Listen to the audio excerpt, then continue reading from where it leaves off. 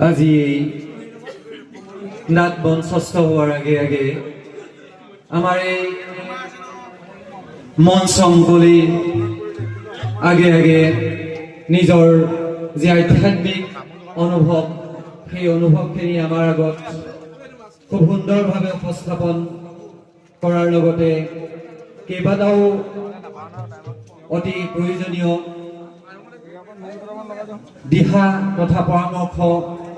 আগবঢ়োৱাৰ বাবে আমি জিতু দত্তদেৱক ধন্যবাদ আৰু কৃতজ্ঞতাৰ শৰাই যাচিছো। আমি আপোনালোকক জনাবলৈ পাই সুখী হৈছো যে